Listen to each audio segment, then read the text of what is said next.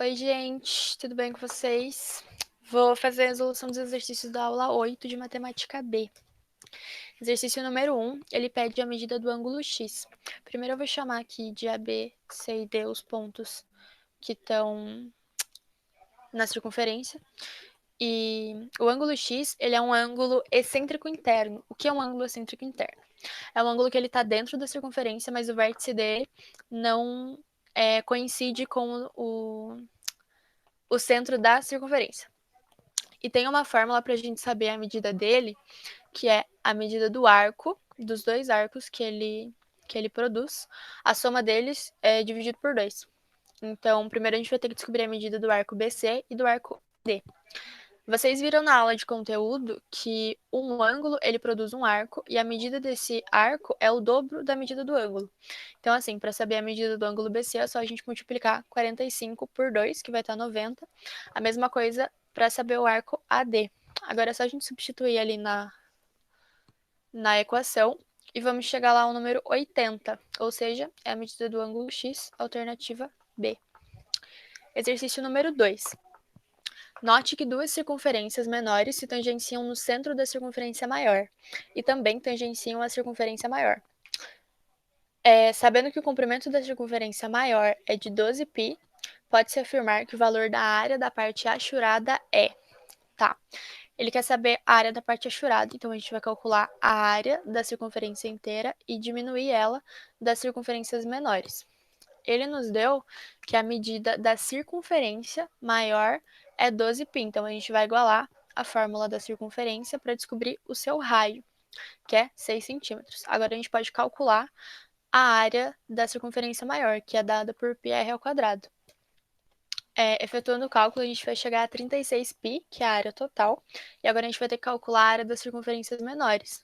Como o diâmetro da circunferência maior condiz com o diâmetro das duas circunferências menores, a gente consegue saber que o diâmetro de apenas uma delas é 3, é 6, porque é a medida do raio, e a medida do raio dela é 3 centímetros. Efetuando ali, então, a área, a gente vai descobrir que é 9π, só que 9π é a área de apenas uma, então a gente vai ter que multiplicar por 2, que vai dar 18π. Agora é só diminuir a área total, que é 36π, fazer menos 18π, que é a área das duas circunferências menores, que vai dar lá 18π. Alternativa D. Exercício número 3. A figura abaixo representa o círculo de centro O e uma régua retangular, graduada em milímetros. Os pontos A, E e O pertencem à régua, e os pontos B, C e D pertencem simultaneamente à régua e à circunferência. E daí o exercício pede o diâmetro do círculo. Se a gente fizer uma linha aqui do ponto D até o diâmetro, é a mesma coisa do ponto C ao diâmetro, a gente consegue ver que tem uma parte aqui que a gente vai chamar de X, que é de mesmo tamanho. Sabendo disso, a gente consegue perceber que o diâmetro do círculo é a medida de DC mais 2x. A medida de DC vai ser a medida de ED, de EC, que ele deu pra gente aqui na tabelinha no exercício, menos a medida de ED, que vai dar lá 2,5 centímetros. E a medida de x vai ser a medida de ED menos a medida de AB, que ele também deu pra gente no exercício, que vai dar lá 0,4 centímetros. Agora é só somar tudo isso, né? 2,5, que é a medida de DC, mais 2 vezes a medida de x, que vai dar lá 2,5 mais 0,8, 3,3 centímetros. Alternativa B. Exercício número 4. Em uma circunferência de raio 5, uma corda perpendicular a um diâmetro separa esse diâmetro em duas partes, uma das quais mede 2 centímetros, e dele quer saber o comprimento da corda. Tá, a gente tem uma circunferência e a gente tem o diâmetro dela. Ele diz que o raio dessa circunferência é 5 centímetros, ou seja, o diâmetro dela vai medir 10. E aqui a gente tem uma corda que vai separar esse diâmetro e vai deixar um pedacinho com 2 centímetros e o resto, como o diâmetro total é 10, vai ficar valendo 8. Eu vou traçar um outro raio aqui do centro da circunferência até uma extremidade dessa corda. Ele já nos disse que o raio mede 5, então aqui vai medir 5. Como eu tracei esse raio do centro da circunferência, daqui até aqui também vai medir 5 centímetros, porque é outro raio. Se a gente diminuir esse 5 total, menos esse 2 aqui que ele disse que a corda separou, a gente vai descobrir que esse pedacinho aqui mede 3 centímetros. Agora é só a gente fazer um Pitágoras para descobrir essa medida aqui, que vai dar lá 4 centímetros. Só que 4 centímetros é a medida apenas de metade dessa corda, então a gente vai multiplicar por 2, que vai dar lá 8, alternativa E. Exercício número 5. O exercício número 5 quer saber a medida do ângulo PQS. Tá. A gente viu na aula de conteúdo que quando a gente tem um ângulo dentro de uma circunferência, ele vai formar um arco. E esse arco é o dobro da medida desse ângulo. E se aqui a gente tem um arco que é R, que é feito por um ângulo 18, quer dizer que esse ângulo aqui, que também vai dar num arco que é R, também vai medir 18 graus. Sabendo disso e vendo que aqui a gente tem um triângulo, a gente consegue descobrir a medida do ângulo PQS pela soma dos ângulos internos de um triângulo, que a gente sabe que é 180. Então é só somar lá 45 mais 38 mais 18 mais x, que a gente quer descobrir, igual a 180. Resolvendo isso, a gente vai chegar ao número 79, que é a medida do ângulo que ele pediu, alternativa C. Exercício número 6. Tá, para esse exercício vocês vão ter que usar a imaginação, porque eu tive que fazer uns desenhos à mão e daí tá aquela coisa linda, né? Mas vamos lá. Um cavalo está preso em uma corda do lado de fora de um galpão retangular fechado de 6 metros de comprimento por 4 metros de largura. A corda tem 10 metros de comprimento e está fixada num dos vértices do galpão, como mostra a figura. Determine a área total da região em que o animal pode se deslocar. Então tá, aqui a gente vai fazer uma linha grandona, que vai ser tipo o diâmetro de uma circunferência. Se ele deu que a corda que está presa no cavalo mede 10, esse diâmetro que eu desenhei aqui vai medir 20. E eu vou fazer outra linha aqui que vai ser mais ou menos um outro raio dessa nossa circunferência, aqui do ponto central até uma extremidade. Então aqui também vai medir 10.